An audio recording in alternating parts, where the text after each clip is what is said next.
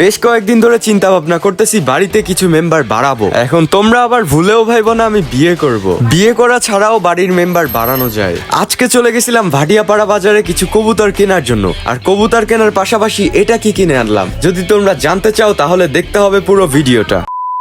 Hello guys, welcome back to my YouTube channel. This is Anik Chowdhury. ভিডিওর thumbnail অথবা entry দেখে তো বুঝেই গেছো আজকের ভিডিওটা কোন রিলেটেড। আর হ্যাঁ ভাই, সত্যি বলতেছি, বিয়ে করা ছাড়াও কিন্তু মেম্বার বাড়ানো যায়, আর সেটা সম্ভব শুধুমাত্র গৃহপালিত পশু পাখির মাধ্যমে। মূলত আজকে আমি চলে গেছিলাম ভাটিয়াপাড়া বাজারে মাত্র এক জোড়া কবুতর কেনার জন্য, কিন্তু ওখানে গিয়ে আমি কবুতরই কিনি 3600 টাকার, সাথে আরো কিনি বেলজিয়াম জাত এবং দেশি জাতের হাঁসের বাচ্চা, এবং সাথে সিক্রেট আরো একটা জিনিস। তো এখনই গেস করে কমেন্টে বলো জিনিসটা কি হতে পারে। শেষ কয়েকদিন ধরে অসুস্থ থাকার ফলে মুখের অবস্থা কেমন হয়ে গেছে তা তোমরা দেখতেই পারতেছো। তো বাড়ি থেকে বাইর হয়ে চলে আসছি ভাটিয়াপাড়া গোল চত্বরে, এন্ড আকাশের দিকে যদি তোমরা তাকাও তাহলে তোমরা দেখতেই পারতেছো কি পরিমাণে মেঘ হয়েছে আকাশে। তো তারপরে কিছুক্ষণ জার্নি করার পরে আমরা চলে আসলাম ভাটিয়াপাড়া মেইন বাজারের ভিতরে। তো চলো এখন এক নজরে তোমাদের ভাটিয়াপাড়া বাজারের কবুতরের হাটের অংশকে একটু ঘুরে দেখানো যায়। এদিক দিয়ে কবুতরের হাটের ভিতরে ঢুকতে হয়, আর লোকজন বলতেছিল তুলনামূলক ভাবে আজকের হাটে লোকজন একটু কমই আসছিল। তারপরে একটু এদিকে আসার পরে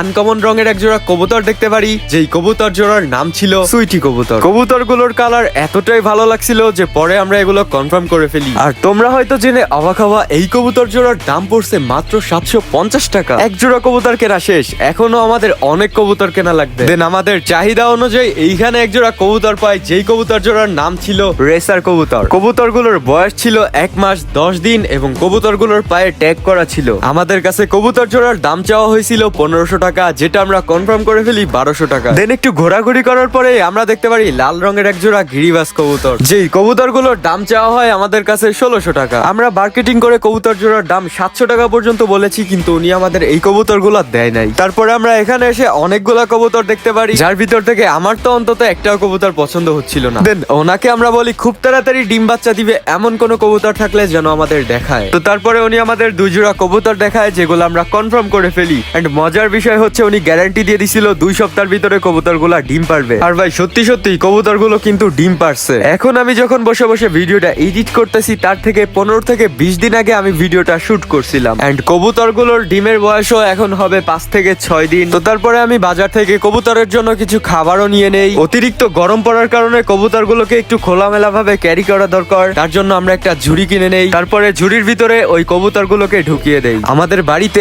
অনেক পরিমাণে খাবার নষ্ট হয়, তার জন্যই বাবা চাচ্ছিল কিছু হাঁসের বাচ্চা কেনার জন্য। তো যেহেতু হাটে আসছি, একবারে সবকিছু কিনে নেওয়ার জন্য চেষ্টা করতেছিলাম আমরা। তো তারপর একটা ঝুড়ি কিনে নিয়ে আসি, আর এইখান থেকে হাঁসের বাচ্চা কিনি 9টা। অতিরিক্ত গরম পড়ার কারণে আমি ঠান্ডা খেতে চলে গেছিলাম, আর ব্যাক এসে দেখি বাবা কিনছে একটা রাজা হাঁসের বাচ্চা। তো এটাই ছিল সেই সিক্রেট জিনিস, যেটাকে দেখার জন্য তোমরা পুরো ভিডিওটা দেখলা।